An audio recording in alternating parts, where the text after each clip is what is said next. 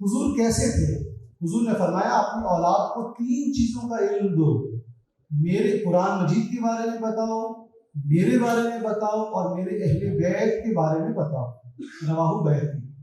اب کیا ہم کو حضور کے بارے میں معلوم ہے حضور کیسے دکھتے تھے، قد کیسا تھا؟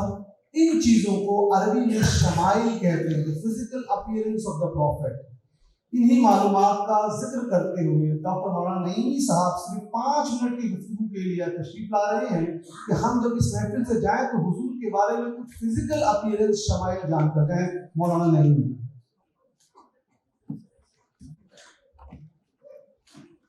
اسٹیج پر تشریف فرما مہمان نزی وقار عزت مآب علی جناب وائس چانسلر صاحب، علی جناب رجسٹرار صاحب، محترم بزرگوں، عزیز طلباء و طالبات، السلام علیکم ورحمۃ اللہ وبرکاتہ۔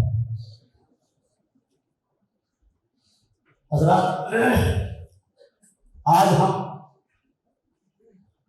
اس رسول معظم کی سیرت، شمائل،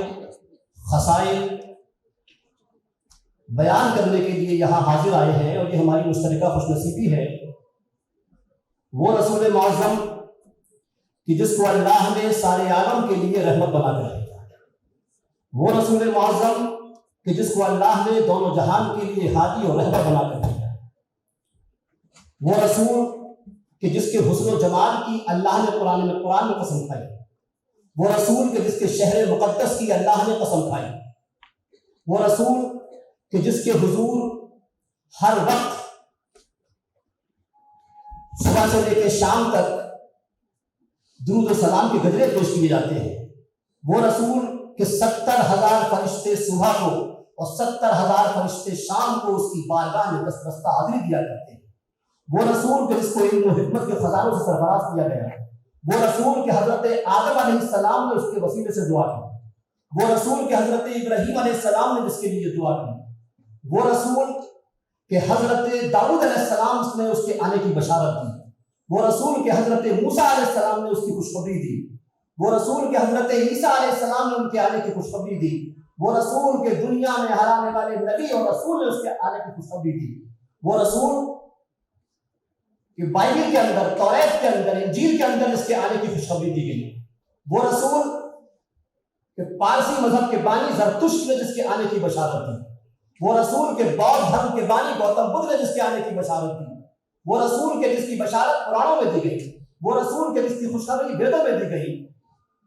وہ رسول کے جس نے اپنے حسن اخلاق سے لوگوں کے دلوں کو جیتا،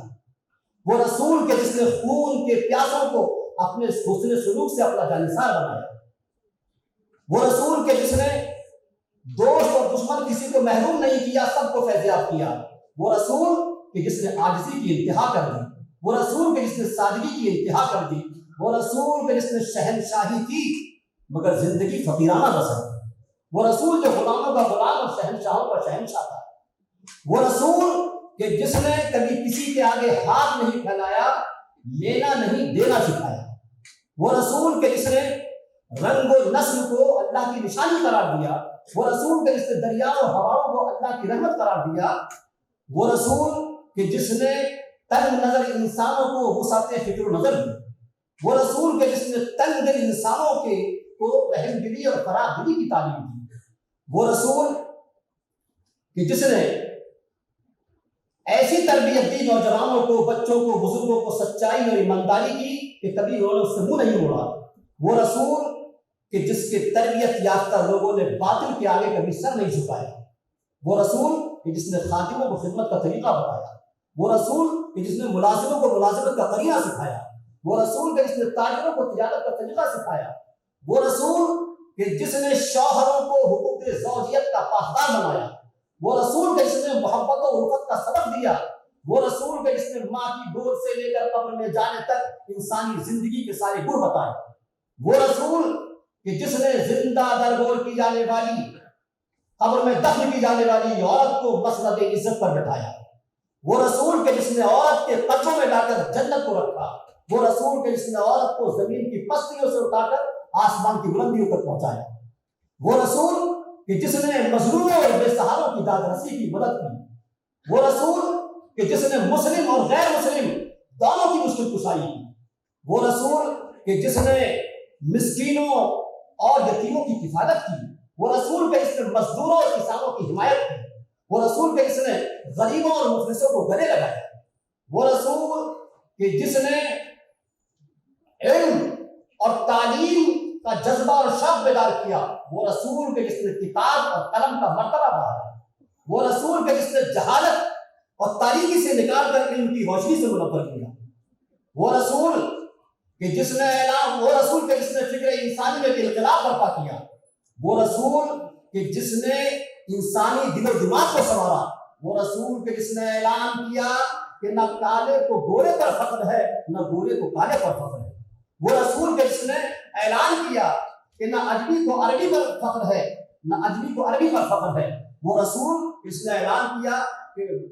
عزت و برتری کا معیار کردار و عمل ہے، وہ رسول کہ جس نے روح کو بیدار کیا، فکر کو جگایا، نظر کو چمکایا، وہ رسول کہ جس کا فیض کل بھی جاری تھا، آج بھی جاری ہے اور قیامت تک جاری رہے گا۔ اس رسول کے بارے میں ہم شمائل بیان کرنے کے لیے جیسے کہ ڈاکٹر صاحب نے کہا کہ حلیے کے بارے میں بیان کرا کہ اللہ کے رسول کا چہرہ کیسا تھا، قد کیسا تھا، تو مسلم شریف کے حدیث پاک ہے، مسلم شریف کے اندر فرمایا گیا آخری صحابی ہیں کہ جنہوں نے سب سے آخر میں اللہ کے رسول کو دیکھا، زیارت کی، ان سے پوچھا کسی نے بعد میں آنے والے تابعین نے کہ ذرا یہ بتائیے کہ ہمارے آقا صلی اللہ علیہ وسلم ان کا کرنا پڑھتے تھے وہ کیسے تھے؟ تو کہا کانا ابیض ملیحا مقصدا،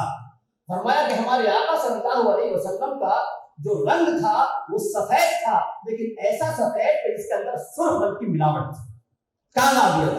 ملیحا، حسن کیسا تھا؟ تو فرمایا کہ حسن ان کا نمکین تھا، حسن ان کا ملیح تھا،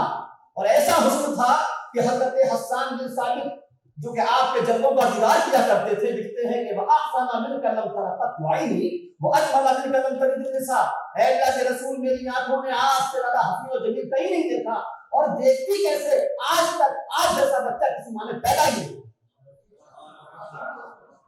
اور ان کا قد کیسا تھا؟ فرمایا کانا ابیض ملیحا مقصدا، ان کا جو قد تھا وہ درمیانی، ویل بیلنس، سنتولت، نہ زیادہ لمبے تھے نہ زیادہ گھٹتے تھے، درمیانی قد تھا۔